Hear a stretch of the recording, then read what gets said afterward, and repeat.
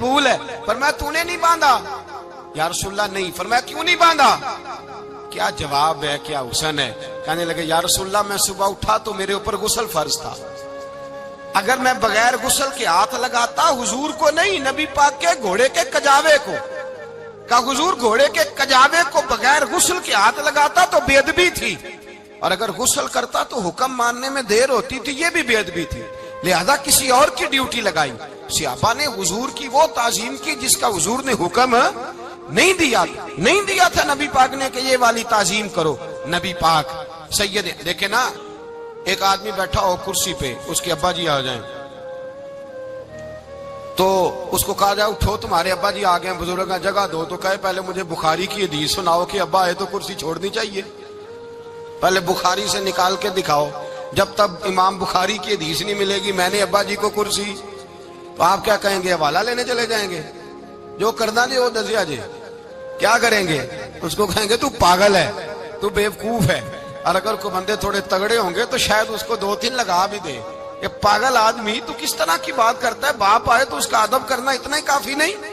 اس کے لیے تو کہتا ہے کہ نہیں پہلے مجھے حدیثیں صحیح نکال کے دو، دین کے مزاج کو سمجھے. رسول اللہ کی محبت ایمان کا حصہ ہے. اگر نبی پاک کا پیار نہیں تو کوئی چیز بھی مکمل، کوئی شے مکمل نہیں. اگر رسول اللہ کا پیار نہیں کوئی چیز مکمل نہیں.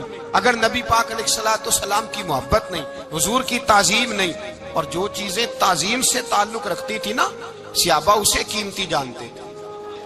ایک بات یاد رکھیں، میاں بیوی کے گھر میں ہر شے ہو نا، آپس میں پیار نہ ہو تو وہ گھر جنت نہیں بن سکتا.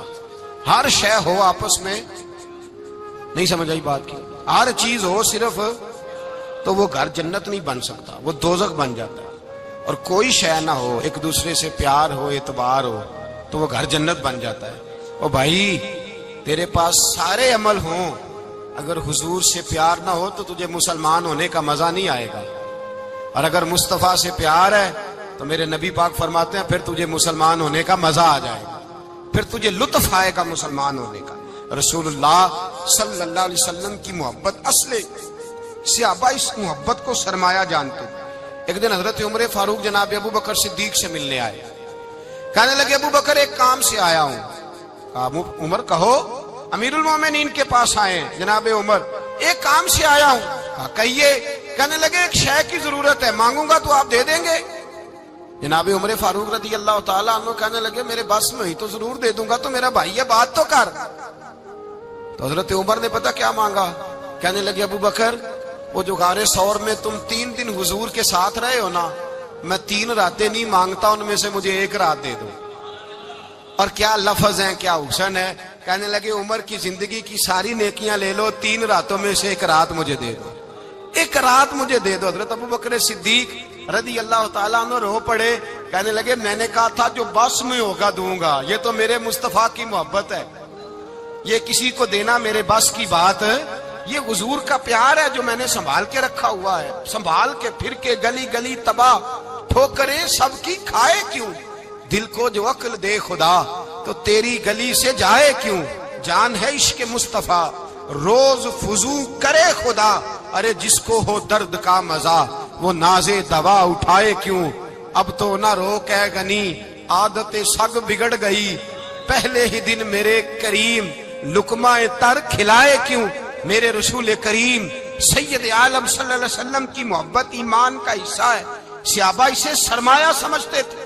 حضور سے پیار کرنا، نبی پاک سید عالم صلی اللہ علیہ وسلم کے ساتھ غلامی کا رشتہ بنا کے رکھنا، حضور کی نعتیں پڑھنا، نبی پاک کے تذکرے چھیڑنا، حضور کے مدینے کے لیے رونا، نبی پاک علیہ السلام کی سیرت کی بات کرنا، حضور کی صورت کی بات کرنا، کبھی حضور کی شہزادیوں کی بات چھیڑنا، کبھی ازواج کی بات چھیڑنا، کبھی اصحاب کی بات چھیڑنا، کبھی میرے نبی کے ابو بکر کا ذکر کرنا، کبھی فاروق اعظم کی بات کرنا، کبھی عثمان غنی کی بات کرنا، کبھی مولا علی کی بات کرنا، کبھی حضرت زبیر بن عوام کی بات کرنا، کبھی حضرت خدیجہ کو سلام دینا، کبھی حضرت عائشہ صدیقہ پہ درود بھیجنا، کبھی سیدہ فاطمہ کے لیے تعریف کے کلمات کہنا.